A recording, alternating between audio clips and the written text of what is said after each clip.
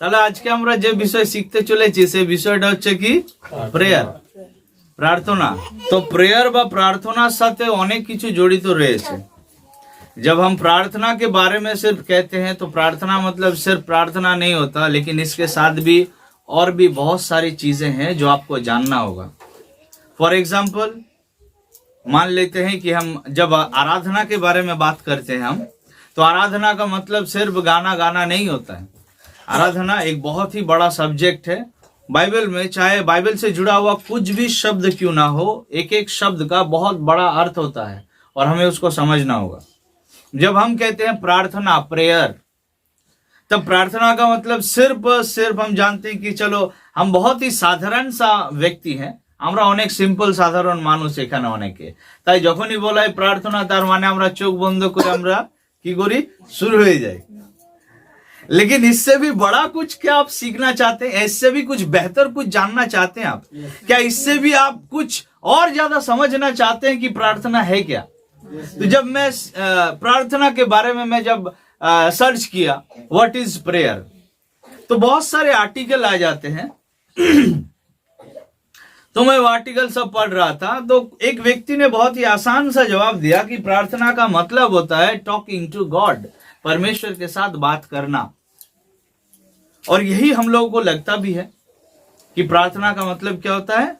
प्रार्थना माने कि ईश्वर संगे कथा बोला, कथोपकथन। लेकिन मैं आपको बताता हूं ये जो बातचीत है, ये बातचीत कोई साधारण सा बात नहीं होता है। आपको प्राथमिक तौर से प्राइमरी स्टेज में लग ही सकता है कि प्रार्थना का मतलब क्या होता है, सिर्फ बात करना होता है। लेकिन जितना ज्यादा आप इस सब्जेक्ट के अंदर घुसते जाओगे आपको पता चलेगा कि prayer is more than talking to God. प्रार्थना परमेश्वर से बात करने से भी और बढ़कर कुछ चीज है, मांगने से भी और भी बड़ा कुछ चीजें है। क्या आप जानते हैं यीशु मसीह कितना प्रार्थना करते थे? वो रात भर। क्या रात भर यीशु मसीह के पास मांगने के लिए क्या होता था? जब हम प्रार्थना करते हैं तो हमारे पास तैयारी होता है, एक लिस्ट होता है, और उस लिस्ट के साथ हम तैयार होकर के आते हैं। और माय डियर फ्रेंड्स, मेरे प्रियो, मैं आपको बताऊं कि हम लोग उस लिस्ट के बाहर जा नहीं पाते हैं। ये प्रार्थना नहीं है। जब हम हमारे द्वारा लिखे गए जो लिस्ट है, যে তালিকাগুলো আমরা লিখে নিয়ে এসেছি, যখন আমরা সেগুলোর বাইরে চলে যাব, क्रॉस করে যাব, दैट इज प्रेयर। असल में वो प्रार्थना शुरू होता है, बातचीत। समझाता हूं। अब जब एक लड़की और लड़के के बीच में जब प्यार जब होता है शुरू, तो पहले वो लोग क्या करते हैं, बात करना चाहते हैं एक दूसरे के साथ। क्या सही बोल रहा हूं? हम बात करना चाहते हैं, और बाइबल बताता है कि बात करना ही क्या होता है, प्रार्थना है। लेकिन ये बातचीत धीरे धीरे एक अलग ही रूप लेता है। ये बातचीत धीरे धीरे एक अलग टर्निंग पॉइंट ले लेता है। वो बात जो आप पहले स्टेज में करते थे, कुछ दिनों के बाद, कुछ महीनों के बाद या कुछ सालों के बाद वो क्या होता है, एक नॉर्मल बातचीत नहीं होता है। क्योंकि अगर वो नॉर्मल बातचीत होता तो आप क्या करते, आप घंटों घंटों बात नहीं करते। जहां पे आपके दोस्त खेलने के लिए आपको बुलाते हैं और आप खेलना भी क्या करते हैं, बंद करते हैं। आप क्या करते हैं, बहुत सारे जगह से आप क्या करते हैं, पूरा अपना रिलेशन कट ऑफ कर लेते हैं, अपना रिश्ता ही काट देते हैं। क्योंकि बातचीत अब हद से बढ़ चुका है। एक हद होता है और उस हद को आपने क्रॉस कर लिया है।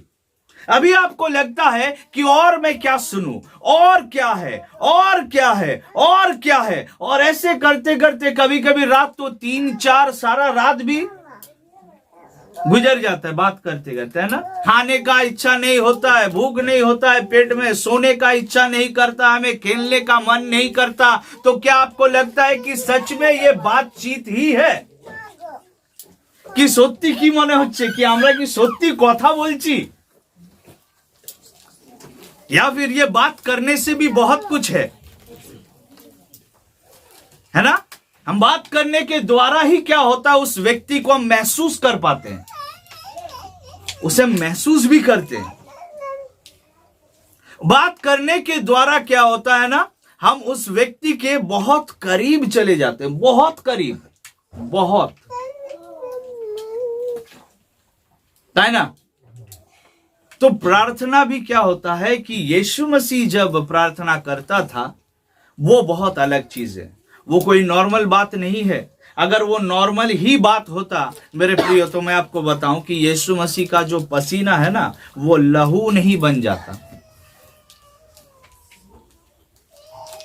हमार कथा बोझा गल? हाँ, तो क्या लगता है, क्या जैसे आप प्रार्थना करते हो, जैसे मैं करते हैं, जिससे आप बात करते हैं यीशु के साथ, जैसे मैं बात करता हूं यीशु के साथ, क्या वो सच में यीशु मसीह इसी तरीके से बात करते थे अपने पिता के साथ?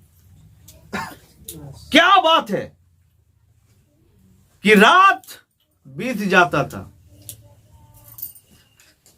क्या बात क्या है, क्या मामला क्या है, जिसमें क्या होता, ना ही भूख प्यास और कुछ नहीं लगता, सिर्फ और सिर्फ तड़प कि कब घुटनों पर आऊं, कब एकांत में आऊं। यीशु मसीह सिर्फ यही कोशिश करते थे कि कखन आमी एकला একটা জায়গা পাবো, একটা নীরবে গিয়ে কি করব, আমি আমার পিতার সঙ্গে কথা বলবো। আর পিতা কি করতো, সারা দিন সকাল থেকে রাত পর্যন্ত কি কি কথা বলতে হবে এক একটা ডিটেল বলে দিত। সারা রাত্রে এত কথা হয়ে যেত, আমার কথা বুঝছো? তাহলে সারা রাত এত কথা হয়ে যেত, যিশুর কাছে স্টোর হয়ে যেত এত কথা, যে সারা দিন সেগুলো এসে ডেলিভার করে চলে যেত আর বলতো যে আমি যেটা বলছি সেটা আমি নিজে থেকে বলছি না, আমি যেটা করছি সেটা নিজে থেকে করছি না, পিতা আমাকে যা বলে আর আমি যা পিতাকে করতে দেখছি আমি তাই করছি, তাই বলছি। हालेलुया। प्रार्थना आपके और मेरे समझ से भी बहुत बड़ा है, और इसको हम एक लाइन में या एक दिन में और एक दिन का एक आधा घंटा या 2 घंटे के मतलब मैसेज से प्रार्थना को नहीं समझाया जा सकता है। प्रार्थना को समझने के लिए पूरा जिंदगी लग जाएगा। और जैसे जैसे आप परमेश्वर के साथ आपका रिश्ता, आपका मतलब संबंध और गहरा होते जाएगा, जे भावे आपनार सम्पर्क ईश्वरेर साथे गभीर होबे, वैसे ही धीरे धीरे प्रार्थना क्या है आप समझ पाओगे। तब क्या होगा, हर एक व्यक्ति के पास प्रार्थना का एक अलग डेफिनेशन होगा। अर्थात हर एक व्यक्ति से आप जब पूछोगे तो वो बोलेगा कि प्रार्थना ये है, ये बोलेगा कि नहीं नहीं प्रार्थना तो ये है, ये बोलेगा कि प्रार्थना ये है, क्योंकि आप अभी बातचीत से भी ज्यादा कहीं और बढ़ चुके हो, आपने हद क्रॉस कर दिया है। अभी आज उसी प्रार्थना के बारे में हम कुछ महत्वपूर्ण चीजें हम लोग सीखने जा रहे हैं। यीशु ने कहा कि तुम निरंतर प्रार्थना करते रहो। बाइबल में बहुत सारी जगह पे सिखाते प्रार्थना करने के लिए। प्रेयर हमारे जीवन के लिए बहुत एक महत्वपूर्ण और एक बहुत ही अहम सब्जेक्ट है, একটা খুবই গুরুত্বপূর্ণ আমাদের জীবনের বিষয়। আর যার জীবনে প্রার্থনা নেই, যার জীবনে প্রার্থনা নেই, তার ঘর হচ্ছে কি জানো, উইদাউট বাউন্ডারি। উইদাউট বাউন্ডারি মানে বুঝলে, মানে যার ঘরের চারিদিকে কোনো বাউন্ডারি নেই। আমরা ঘর বানানোর আগে কি তুলি, বাউন্ডারি তুলি। কেন বলো তো বাউন্ডারি তুলি কেন, বেড়া তুলি আমরা সেফটি के लिए, নিজের সুরক্ষার জন্য, তাই তো করি তো। तो जो व्यक्ति प्रार्थना नहीं करता है उसका जिंदगी कैसा है, बिना बाउंड्री। যে কোনো সময় শয়তান মেরে চলে যাবে আর তুমি কাঁদতে থাকবে, কি হয়ে গেল গো। ताई प्रार्थना के द्वारा हम क्या करते हैं, हमारे जिंदगी के चारों ओर परमेश्वर का जो आत्मिक जो बाउंड्री है वो हम लगा देते हैं। इससे दुश्मन सिर्फ दूर से देख देख करके वो क्या करता है, वो गुस्सा होता है, उसको जलन होता है। तो शैतान ওই বাইরে দাঁড়িয়ে দাঁড়িয়ে তামাশা দেখে। प्रार्थना बाइबल हमें बहुत ज्यादा इस विषय पर क्या करता है, हमें इनकरेज करता है, हमें उत्साह देता है, हमें सिखाता है कि कैसे हमें प्रार्थना करना चाहिए। हमें और भी बहुत सारी बातें प्रार्थना के साथ जुड़ा हुआ है और जो आज हम लोग सीखेंगे। तो सबसे पहला है पर्पस ऑफ प्रेयर। जब हम प्रार्थना करते हैं तो प्रार्थना का भी कुछ उद्देश्य होता है कि नहीं? तो वो उद्देश्य क्या है? सबसे पहला जो पर्पस है प्रार्थना का वो है एडोरेशन।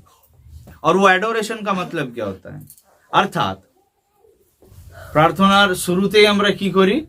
প্রভু তোমার নাম মহান হোক, তুমি রাজাদের রাজা, তুমি পরাক্রমী প্রভু, তুমি সর্বশক্তিমান ঈশ্বর, তুমি দয়ালু ঈশ্বর, তুমি ক্রোধে ধীর এবং দয়াতে মহান প্রভু। এগুলো কি জানো? এগুলোকে বলা হয় एडोरेशन, अर्थात किसी व्यक्ति के बारे में अच्छा बोलना। तो ये सब फेक बात नहीं होता है। जब हम बोलते हैं प्रार्थना में परमेश्वर के उद्देश्य में कुछ भी बात, तो ये फेक नहीं है। हम मनुष्य के लिए कुछ फेक बोल ही सकते हैं, कुछ झूठा बात हम बोल सकते हैं, लेकिन परमेश्वर जो कि सच में इन बातों को पाने का योग्य परमेश्वर है। बहुत सारे एरिया में क्या होता है कि ऐसे व्यक्ति होते हैं जिन्हें हम पसंद नहीं करते हैं, लेकिन फिर भी हमें उसके बारे में दबाव में आकर के, प्रेशर में आकर के उसके बारे में अच्छा बात हमें बोलना पड़ता है, क्योंकि आप तो ठहरे एक मामूली सा इंसान, आप कुछ कर नहीं सकते हो। लेकिन जब परमेश्वर का बात आता है ना, तब क्या होता है? ये बहुत ही एक अलग सब्जेक्ट है। वो सच में डिजर्व करता है, वो योग्य परमेश्वर है। इसीलिए हम अपने मुंह को रोक नहीं पाते हैं उसका भलाई करने के लिए, उसके बारे में अच्छा बात करने के लिए, उसके नाम को ऊंचा उठाने के लिए हम रोक नहीं पाते हैं। And this is the first purpose of prayer. ये प्रार्थना का सबसे पहला उद्देश्य है। प्रथम বংশাবলী 29 অধ্যায়, আমি একটু সবার জন্য পড়ি জোরে জোরে, 10 থেকে 13। এবং এখানে লেখা রয়েছে, আর দাউদ সমস্ত সমাজের সামনে, সবার সামনে সদাপ্রভু ধন্যবাদ করিলেন। দাউদ কহিলেন, হে সদাপ্রভু, আমাদের পিতৃপুরুষ ইসরায়েলের ঈশ্বর, তুমি অনাদিকাল অবধি অনন্তকাল পর্যন্ত ধন্য। হে সদাপ্রভু, মহত্ব, পরাক্রম, গৌরব, জয়, প্রতাপ তোমারই, কেননা স্বর্গে ও পৃথিবীতে যাহা কিছু আছে সকলই তোমার। হে সদাপ্রভু, রাজ্য তোমারই এবং তুমি সকলের মস্তক রূপে উন্নত, সব কিছু তোমার এবং তুমি হচ্ছ সবার মাথা, তুমি সবার ওপরে। এই যে কথাগুলো ঈশ্বরের সম্পর্কে আমরা পাচ্ছি, এইটাকেই বলা হয় অ্যাডোরেশন। ঈশ্বরের সম্পর্কে ভালো ভালো কথা বলার জন্য তিনি যে যোগ্য এই সমস্ত কথাগুলোর, সেই কারণে আমরা কি করি? আমরা প্রার্থনা করি। এটা উদ্দেশ্য। আর কি লেখা রয়েছে? তোমা হইতে ধন ও গৌরব আইসে। কার কাছ থেকে আসে ধন? টাকা কোথার থেকে আসে? তোমা হইতে কি আসে? ধন। টাকা কার কাছ থেকে আসে? তুমি পরিশ্রম করো সেই জন্য নয়, তোমাকে পরিশ্রম করার ক্ষমতাটাও কে দেয়? आप मेहनत करते हो और आप पैसा कमाते हो, ऐसा नहीं। आपको मेहनत करने का जो सामर्थ्य है वो परमेश्वर खुद देता है। अगर वो सामर्थ्य आपको ना दे तो आप बीमार हो जाओगे। ওই যে আমার স্বামী খুব কাশছিল, তারপরে प्रार्थना করলাম, সুস্থ হলো, কাজে গেল। परमेश्वर सामर्थ्य देता है आपको हर दिन। ये आपका योजना है। कल आप जानते हैं कि बहुत सारे लोग हैं जो लोग क्या करते हैं, जिन लोगों ने कल रात में बहुत सारा योजना बनाया कि मैं क्या करूंगा, कल के रविवार, कल के आगे खासिर मांसर দোকানে ফার্স্ট লাইন আমার হবে, আর এত বড় থলি নিয়ে যাব, আর 250 খাসি মাংস নিয়ে আসবো। পরিকল্পনা তো অনেক ছিল, কিন্তু সকালে ঘুম থেকে উঠতেই পারেনি। বাড়ির লোক কাঁদছে, বাবু কোথায় চলে গেলি, মা কোথায় চলে গেলি, তাই নয় কি? लेकिन परमेश्वर ने आपको जिंदा रखा है, परमेश्वर ने आपके सांस को सलामत रखा है, उसने आपके प्राण को नहीं लिया, अहंकार आप जितना भी कर क्यों ना लो, लेकिन एक दिन जिस प्राण के लिए आप अहंकार करते हो उस प्राण को परमेश्वर खुद छीनेगा आपसे, आप उसको नहीं मिटा सकते हो। और उसी ने आपको सामर्थ्य दिया है कि आप हार्डवर्क करते हो, आप मेहनत करते हो ईमानदारी के साथ, और परमेश्वर आपको धन आशीष देता है। धन किसके ओर से आता है? परमेश्वर की ओर से आता है। ईश्वर धन देन एवं गौरव देन। गौरव माने की जानो? গৌরব মানে জানো কি? সম্মানিত করা। Very good. গৌরবান্বিত করা, সম্মানিত করা। কে যোগ্য? কে তাহলে? ঈশ্বর যোগ্য। তার ব্যাপারে ভালো ভালো কথা না বলে থাকতে পারা যায়? কিভাবে তাহলে বলা যায়? তার ব্যাপারে ভালো ভালো কথা আমরা কখন বলতে পারি? যখন আমরা কি করব? প্রার্থনা করব। This is the purpose, first purpose of prayer. এটা প্রথম হচ্ছে উদ্দেশ্য প্রার্থনা করার। মাথায় থাকবে? আগেই শুরু হয়ে যাও না, এইটা দরকার ওইটা দরকার, আগে এইটা। ঠিক, আগে কি থাকবে? ঈশ্বরকে এসে কি করবে? তার সম্পর্কে যে কথাগুলো সেগুলো বলবে। কি লেখা রয়েছে? তোমার হইতে ধন ও গৌরব আইছে এবং তুমি সকলের উপরে কর্তৃত্ব করিতেছ, তোমার হস্তে বল ও পরাক্রম। বুঝিয়ে দিলাম, বল পরাক্রম কার কাছে আছে? তার হাতে আছে। সবার উপরে উনি কি করছেন? তিনি কর্তৃত্ব করছেন। তোমার মনে তো হচ্ছে যে আমাদের দেশ কি করছে, অনেক নেতা মন্ত্রী পলিটিশিয়ানসরা তারা কি করছে, আমাদের দেশকে চালাচ্ছে, কিন্তু তারা হচ্ছে চেস খেলা। দেখেছো চেস? হ্যাঁ, দাবা খেলা। তো চেস বা দাবার তারা হচ্ছে মহড়া, মেন মাথা ওই দিকে আছে। ও কি করছে? এক একটা গুটি সরাচ্ছে। उधर है, मेन दिमाग तो वहां पे है। और यहाँ पे जो लोग भी है आसपास में, वो लोग क्या है? सिर्फ परमेश्वर का एक मोहरा है। जो व्यक्ति समझ ले कि मैं खुद से कर रहा हूं, लेकिन नहीं है ऐसा। परमेश्वर उसको हटाता है। परमेश्वर किसको बिठाना है, किसको आगे बढ़ाना है, किसको पीछे ले आना है, वो परमेश्वर कर रहा है अपने महिमा के लिए।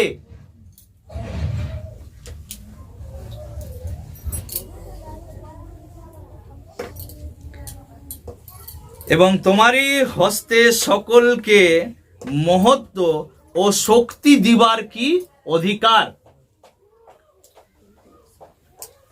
13 পদ। আর এখন হে আমাদের ঈশ্বর, আমরা তোমার স্তব করিতেছি, তোমার গৌরবান্বিত নামের প্রশংসা করিতেছি। আমাকে আর কোনো বাক্য বলারই দরকার নেই, কেননা তোমরা বুঝে গেছো যে অ্যাডোরেশনের মানেটা কি। ঈশ্বরের স্তব করা, তার নামকে গৌরবান্বিত করায়, এটা হচ্ছে প্রথম উদ্দেশ্য প্রার্থনা করার। দ্বিতীয় হচ্ছে কনফেশন। কনফেশন মানে কি জানো? কনফেস করা মানে স্বীকার করা। স্বীকার কি? স্বীকার করা পাপের। কনফেশন অফ আওয়ার সিন, আমাদের পাপের আমরা কি করতে আসি? কনফেস করতে আসি ঈশ্বরের কাছে। এটা হচ্ছে আরেকটা উদ্দেশ্য। আমরা যখনই প্রার্থনায় আসি তখন প্রার্থনা করার দ্বিতীয় উদ্দেশ্য কি? পাপ স্বীকার করা। তাই পাপ স্বীকার না করে প্রার্থনা করো না। তোমার অপবিত্র ঠোঁট, তোমার সেই ঠোঁটে যে মুখ দিয়ে তুমি অনেক অসুচি কথা বলে এসছো, হাজার হাজার সারা সপ্তাহ দিয়ে তুমি কি করেছো? অনেক মানে বেকার কথাবার্তা, নোংরা কথা, अननेसेसरी কথা, अनवांटेड কথা, जो बातें जरूरत नहीं हुई है उन बातों को आपने बोला है, और उसके बाद आकर के आप शुरू नहीं होना है। স্তব, গৌরবান্বিত, এবং দ্বিতীয় কি হবে? কনফেশন। স্বীকার করতে হবে নিজের পাপ এসে যে প্রভু আমি তোমার বিরুদ্ধে আমি কি করেছি? আমি আমার চিন্তায়, আমার কথায় আর আমার ব্যবহারে আমি কি করেছি? পাপ করেছি। Prayer gives us opportunity to confess our sin, and this is the second purpose of prayer. প্রার্থনা আমাদেরকে সুযোগ দেয় আমাদের পাপ স্বীকার করার, এবং এটাই হচ্ছে প্রার্থনার দ্বিতীয় উদ্দেশ্য। আসি আমরা প্রার্থনার মধ্যে দিয়ে কি করব? আমাদের পাপ স্বীকার করব। প্রথম যোহন 1:7-10 ঈশ্বর জ্যোতিতে আছেন, আমরাও যদি সেই রকম জ্যোতিতে বাস করি, তবে বলা যায় আমাদের পরস্পরের মধ্যে সহভাগিতা আছে। ঈশ্বরের পুত্র যিশুর রক্ত আমাদেরকে সমস্ত পাপ থেকে সূচি করে। আমরা যদি বলি যে আমাদের কোনো পাপ নেই, তাহলে আমরা নিজেদেরকে ঠকাই এবং তার সত্য আমাদের মধ্যে নেই। আমরা যদি নিজেদের পাপ স্বীকার করি, বিশ্বস্ত ও ধার্মিক ঈশ্বর আমাদের সমস্ত পাপ ক্ষমা করবেন ও সকল অধার্মিকতা হতে আমাদের সূচি করবেন। বাইবেল আমাদেরকে কি শিক্ষা দিচ্ছে? দ্বিতীয়, যে আমরা যদি আপন আপন পাপ স্বীকার করি। পাপ স্বীকার কোথায় হয়? ঘুমিয়ে ঘুমিয়ে হয় পাপ স্বীকার? হয় না। পার্টিকুলার একটা জায়গা আছে, যে জায়গাটা কি হচ্ছে? প্রার্থনা। আর এই প্রার্থনার মধ্যে দিয়ে আমরা কি করি? ঈশ্বরের কাছে আমাদের সমস্ত ভুল, আমাদের যত অপরাধ আছে আমরা সেগুলো মেনে নিই। Don't be too much over smart. বেশি ওভার স্মার্ট হবে না ঈশ্বরের কাছে এলে। ঈশ্বর সব জানে। বেশি ধার্মিকতা দেখাবে না। মুখ খোলার আগে কি করো? ক্ষমা চাও প্রভুর কাছে, তিনি সব জানেন। আর এই অশুদ্ধ ঠোঁট নিয়ে, এই অশুদ্ধ জিভে তুমি এসে প্রভুর কাছে প্রার্থনা চাইবে, আর তুমি আশা করছো যে তুমি যেটা চাইছো সেটা পেয়ে যাবে, ওটা কোনোদিনও হবে না। আমাদের ঈশ্বর তিনি পবিত্র ঈশ্বর। আমার কথা বুঝছো তোমরা?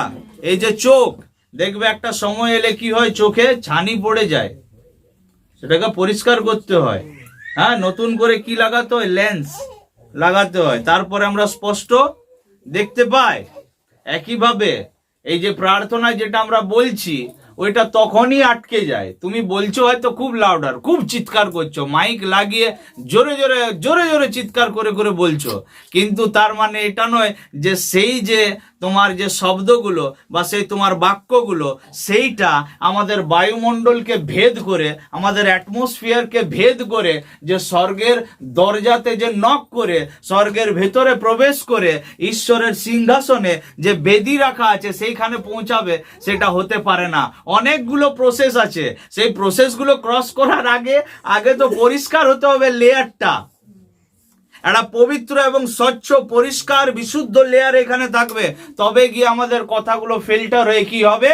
বায়ুমণ্ডলকে ভেদ করে স্বর্গের দরজা খুলে যাবে ঈশ্বরের সিংহাসনের সামনে, আর তার বেদি রাখা আছে সেইখানে যাবে, তারপর উত্তর আসবে। আরেকটা উদাহরণ দিই। দ্বিতীয়, যে প্রার্থনা দ্বারা আমরা কি করি? প্রার্থনার উদ্দেশ্য কি? দ্বিতীয় আমি কি বলছি? পাপ স্বীকার করা। তোমরা জানো বাইবেল দুই ব্যক্তির কথা বলছে। প্রভু যীশু বললেন যে দুই ব্যক্তি প্রার্থনা করতে এলেন ধর্মধামে, এবং তাদের মধ্যে একজন ব্যক্তি কে ছিল? যে ছিল একজন, বলো, একজন ফরিসি ছিলেন, ফরিসি, আর একজন ছিল ট্যাক্স কালেক্টর, করগ্রাহী ছিলেন।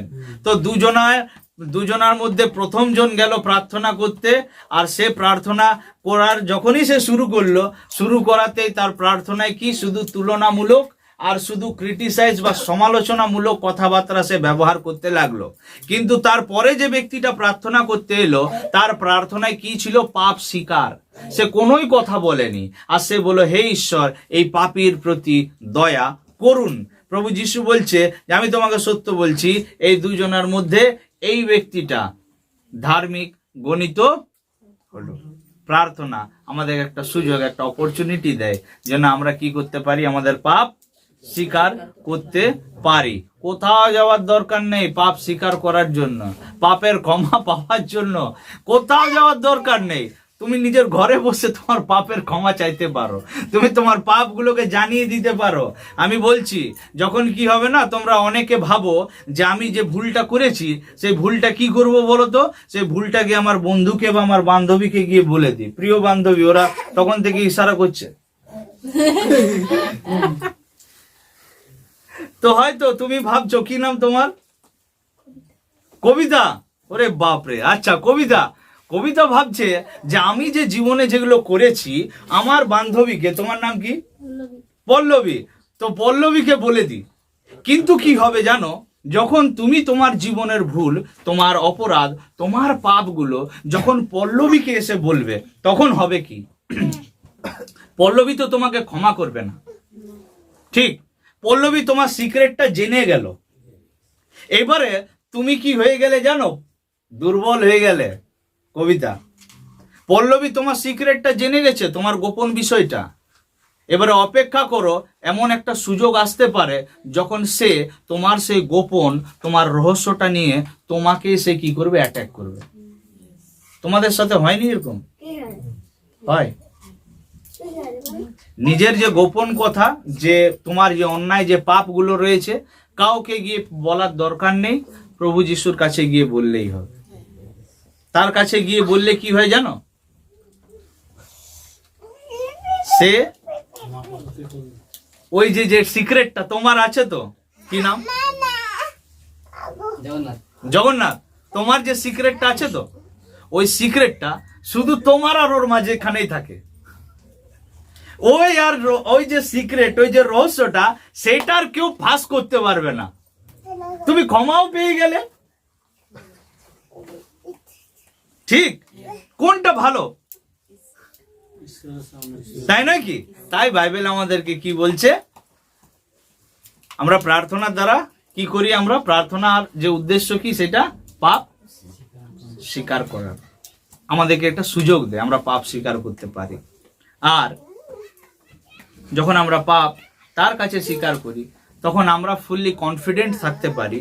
আমাদের মধ্যে পুরোপুরি এটা কনফিডেন্স, একটা নিশ্চয়তা থাকে যে এই যে কথাটা আমরা অনেককে, দেখ তোকে বলছি কিন্তু তোর আর আমার মাঝেই থাকবে, কিন্তু কিন্তু দেখলে গোটা পাড়ার লোক জেলে গেছে, হয় না? তুমি ভাবছো যে আমি জানি শুধু, কিন্তু তুমি জানো না যে তোমার ব্যাপার আরো সবাই জেলে গেছে, হয় না এরকম? আমরা স্কুলে এরকম করতাম। যখন আমরা স্কুলে ছিলাম, তখন আমরা কোনো ব্যাপার জানলে বলতে, শুন তোকে একটা জিনিস, একটা কথা বলবো, বুঝলি, কাউকে বলিস না। ঠিক আছে বল, বলে দিল। তারপর ওই ছেলেটা কি করলো, কি আরেকজনকে বলে দিল, বুঝলি, শুন তোকে বলছি, তুই কিছু বলিস না কাউকে। এবারে কি হয়, এ বলছে তুই বলিস না, ও বলছে তুই বলিস না, আসলে সবাই জেনে গেছে। কিন্তু ঈশ্বর কি হয়, যখন আমরা ঈশ্বরের কাছে আসি আর যখন আমরা তার কাছে বলি যে প্রভু আমি এই ভুলগুলো করেছি, তখন ঈশ্বর বলে যে কেউ দোষ লাগায়নি, আমিও দোষ লাগাবো না। যাও, তোমার পাপ ক্ষমা হইল। তুমি আমার কাছে এসে ক্ষমা চেয়েছো, এটাই অনেক বড় বিষয়। আজকে কতজন নিজের পাপের ক্ষমা চায় না। আজকে কতজন আছে যে মনেই করে না যে আমি কোনো ভুল করেছি। বাট প্রার্থনা উদ্দেশ্য হচ্ছে পাপের ক্ষমা চাওয়া। আমার প্রিয়রা, যেখানে ঈশ্বর আমাদেরকে একটা সুযোগ দেয় মন খুলে বলার, প্রাণ খুলে বলার, কোনো ভয় নাই, কোনো ভয়ই নেই। তুমি যা করেছো ডিটেলে বলে দাও। এমন কোনো নোংরা পাপ নেই যেটা তুমি তাকে বলতে পারো না। আচ্ছা, তুমি যেটা বলছো সে কি দেখেনি সেটা করার সময়? দেখে নিয়েছে। দরজা বন্ধ ছিল তবুও দেখে নিয়েছে। ঈশ্বর দেখেছে, ঈশ্বর জানেন সব, তাই না? কিন্তু তবুও আমাদেরকে কোনোদিনও ছোট করে না, আমাদেরকে কোনোদিনও নিচু করে না, কোনোদিনও বলে না এই পাপী, এই ব্যভিচারী, তুই এটা করেছিস, তুই ওটা করেছিস। আমরা যখনই আমাদের মন উজাড় করি না, আমাদেরকে বলে আরে আরে ভিতরে নিয়ে আসো, আজকে মন ফেরাও করেছে, চলো আমরা আনন্দ করি, চলো আজকে স্বর্গরাজ্যে আনন্দ হবে। আজ মন খুলে স্বীকার করেছে সমস্ত পাপ সে কি করেছিল, আমার ছেলে আমার ঘরে ফিরে এসছে, আমরা সবাই মিলে আনন্দ করি। প্রার্থনা আমাদেরকে সুযোগ দেয় ঈশ্বরের সম্পর্কে মূল্যবান কথা বলার জন্য, যে মূল্যবান কথাগুলো সত্যি ঈশ্বর শোনার বা ঈশ্বর পাওয়ার যোগ্য, তার স্তব তার গৌরব করার জন্য আমরা প্রার্থনা করি। আমাদের পাপ স্বীকার করার জন্য আমরা প্রার্থনা করি। প্রার্থনার তৃতীয় বা থার্ড যে পারপাস, সেটা হচ্ছে থ্যাঙ্কস গিভিং, ধন্যবাদ দেওয়ার জন্য। আমরা কতজন ধন্যবাদ দিই প্রভুকে? আমি দেখলাম যে এখানে অনেকেই কি করছে, এসে তোমরা ধন্যবাদ দিচ্ছ মুখ খুলে। আমি প্রভুকে ধন্যবাদ দিই। ধন্যবাদ দেওয়ার অর্থ এটা নয় যে তোমার জীবনে বিরাট বড় একটা কিছু ঘটবে আর তারপরে তুমি এসে বলবে ধন্যবাদ, তাই না? আমাদের জীবনে যা কিছু আছে সবই তার, সব তার, সব। আর যদি আরো ধন্যবাদ দেওয়ার কোনো কারণ খুঁজে পাচ্ছ না, তাহলে রাস্তায় বার হলে দেখবে এক দুটা ভিখারিকে তো দেখতে পাও তোমরা, তাহলে তাকে দেখলেই বুঝতে পারবে যে তুমি কোথায় আছো। তাকে দেখো আর তোমার দিকে তাকিয়ে দেখো আর বুঝবে যে তোমার কোন জায়গাতে তুমি আছো। হতেই পারে যে তোমার কাছে হতে পারে যে তুমি যদি আমার সঙ্গে নিজের জীবনকে তুলনা করো, আমার আর তোমার জীবনের মধ্যে অনেক পার্থক্য তফাৎ হতেই পারে, এবং হওয়াটা ভালো, খারাপ না। আমাদের সবারই জীবন যাত্রা আলাদা, আমরা বিভিন্ন পরিস্থিতিতে বিভিন্ন জায়গাতে আমরা বড় হয়েছি, আমাদের জীবনের সিচুয়েশন আলাদা।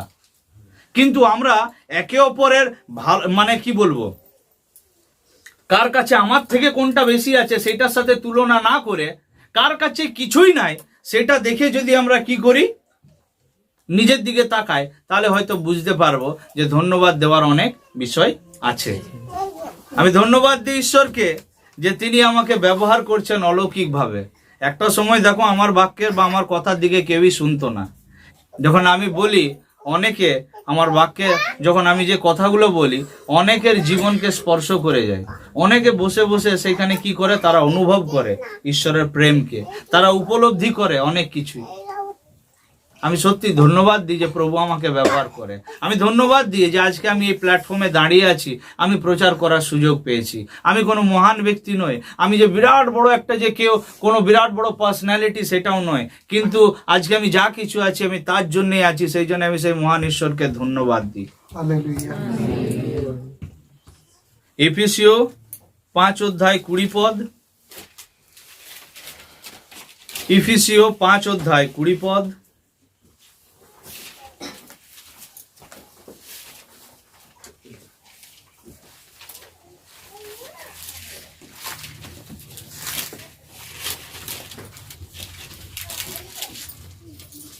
সর্বদা সর্ববিষয়ের নিমিত্ত আমাদের প্রভু যীশু খ্রিস্টের নামে পিতা ঈশ্বরের ধন্যবাদ করো।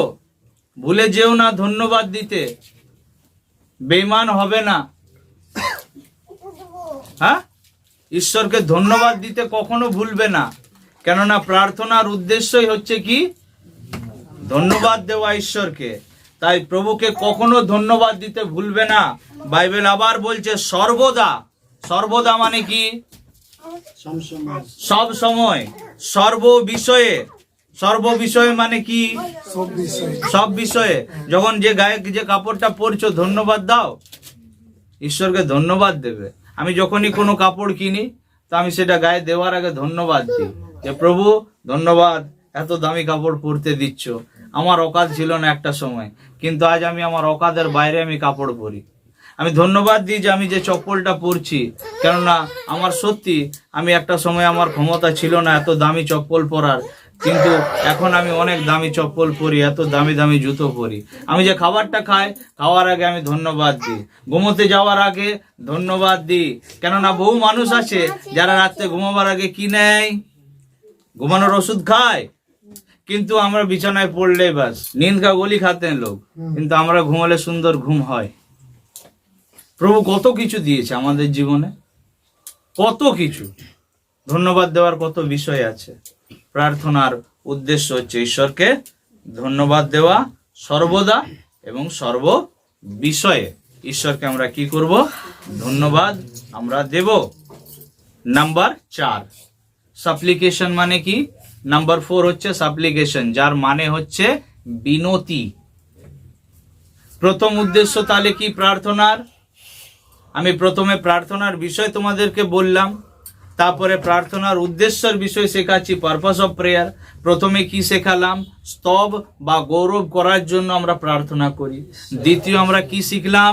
আমাদের পাপের স্বীকার করার জন্য বা পাপ স্বীকারোক্তির জন্য আমরা প্রার্থনা করি। তৃতীয় আমরা কি শিখলাম? ঈশ্বরকে সর্বদা এবং সর্ববিষয়ে ধন্যবাদ দেওয়ার জন্য আমরা কি করি? উই প্রে, আমরা প্রার্থনা করি। This is the third purpose. এবং 4 নাম্বার পারপাস হচ্ছে কি? সাপ্লিকেশন, যার অর্থ হচ্ছে বিনতি। এরপরে আমাদের কাছে কি কি আছে, আমরা কি কি নিয়ে এসেছি, সেগুলো এবারে কি করব? আমরা তাকে জানাবো। ফিলিপিও 4 অধ্যায় 6 পদে লেখা রয়েছে, কোনো বিষয়ে ভাবিত হইও না। কোনো বিষয়ে ভেবে লাভ নেই, কিচ্ছু করতে পারবে না। ভেবে ভেবে দিন শেষ হয়ে যাবে, মাস শেষ হবে, বছর শেষ হবে, ভেবে কিছু করতে পারবে না। কি করতে হবে তাহলে? লেখা রয়েছে, কিন্তু সর্ববিষয়ে প্রার্থনা এবং বিনতি দ্বারা ধন্যবাদ সহকারে তোমাদের যাচ্ছা সকল ঈশ্বরকে জ্ঞাত করো। আবার আমরা পেলাম ধন্যবাদ। কিন্তু সর্ববিষয়ে আমরা কি করব? ঈশ্বরের কাছে বিনতি, ঈশ্বরের কাছে প্রার্থনা করব, আমরা যাচ্ছা রাখবো ঈশ্বরের চরণ তলে।